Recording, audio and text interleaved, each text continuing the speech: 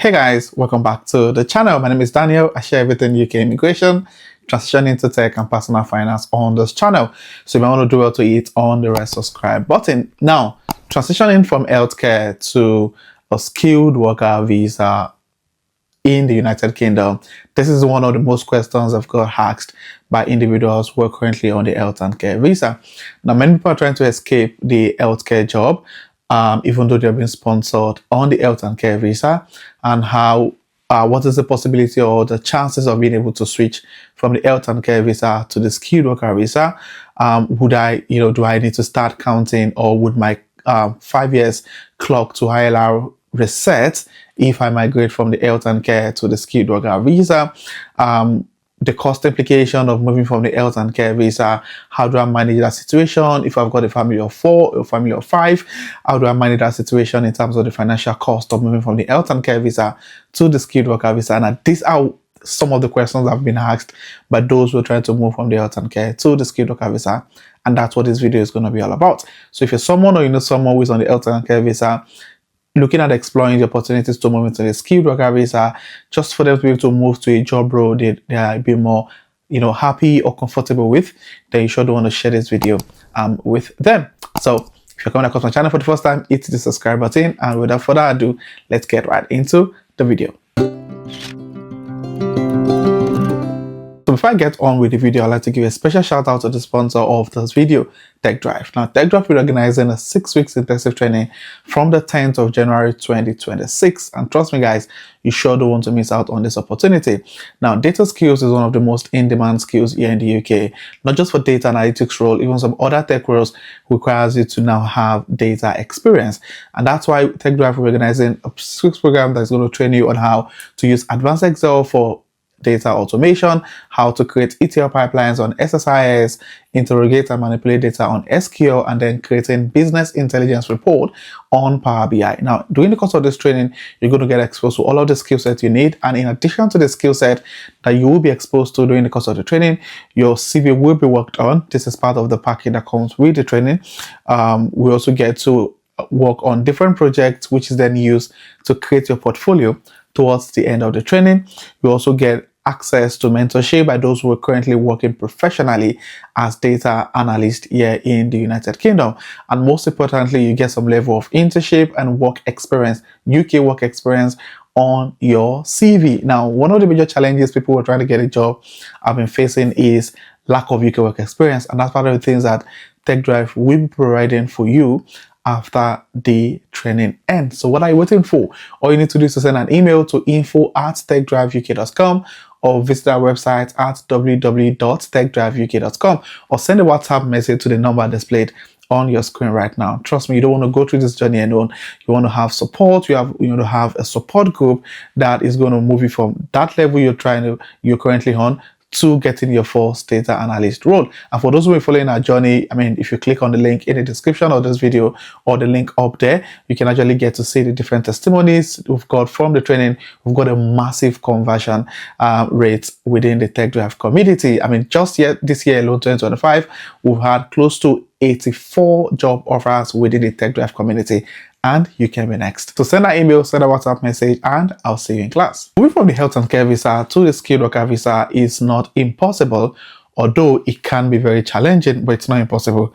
Personally, this year alone, I've seen about 6 different people who have been able to move or switch from the health and care visa to the skilled worker visa.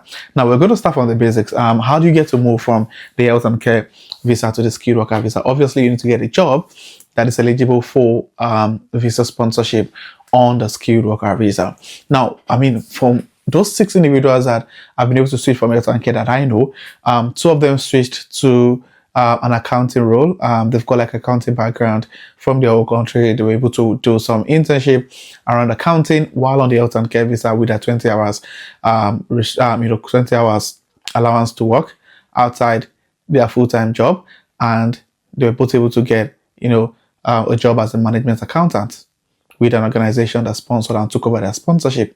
The other 4 people I know were able to get on the skilled worker visa by getting a job in tech, business analysis, data analysis, project management, and all of that. So there are different ways of you moving from the health and care. You just have to have the right technical skills, the 20 hours you've got on that allow that you can work extra. And this can be really stressful. I mean, working 37.5 hours per week, which is close to 4 days already, and having to then take up internship roles and all of that. And it can be really stressful.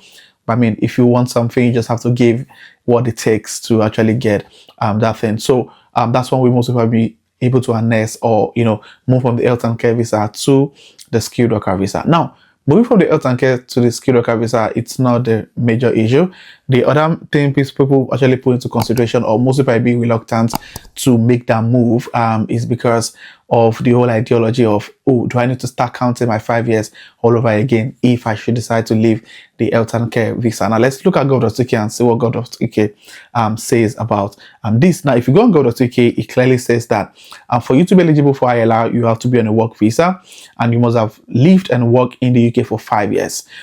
If you're on a tier 1, it can be 2 or 3 years. If you're on an innovator, founder, or global talent visa, it can be 3 years. I mean, we've talked a whole lot about all of this on this channel.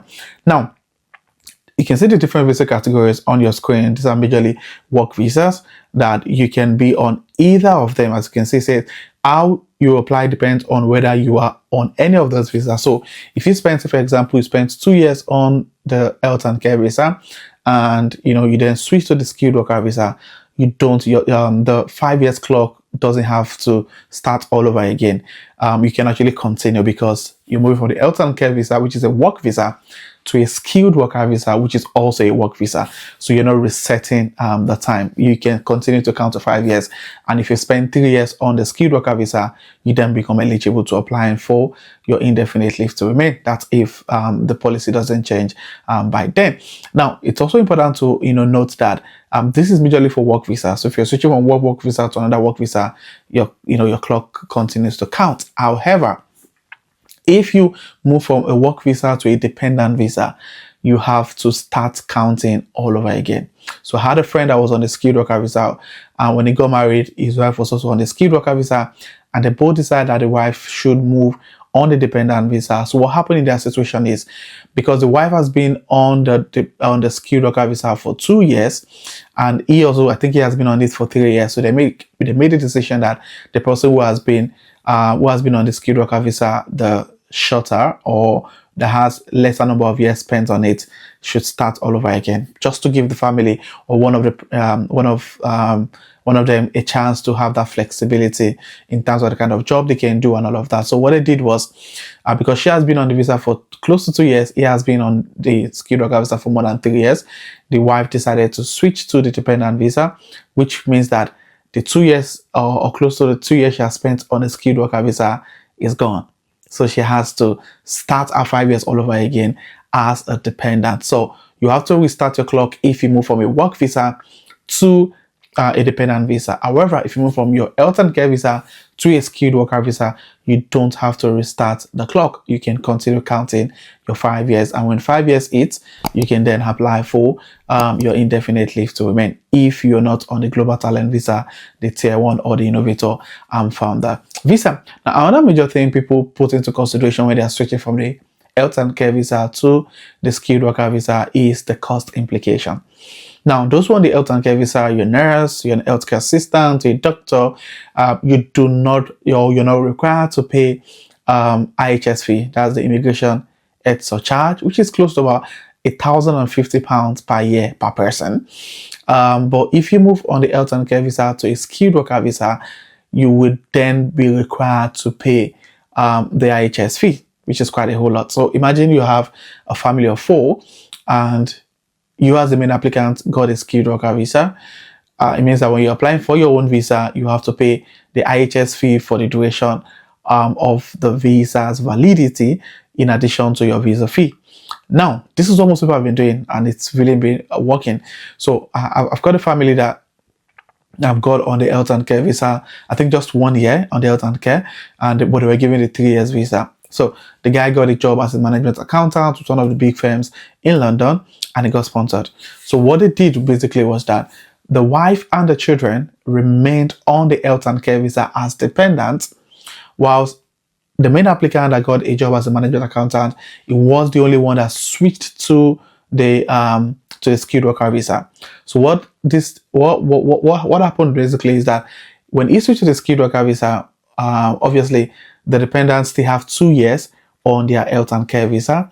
So he got a 3 years visa with the employer. So he paid a 3 years IHS fee and then the visa application fee, and then switched from the health and care to the skilled worker visa while the family remained on the health and care visa as dependents. So he spent 2 years on it. So by the time the wives and children's visa was going to expire, he had spent 2 years on the skilled worker visa.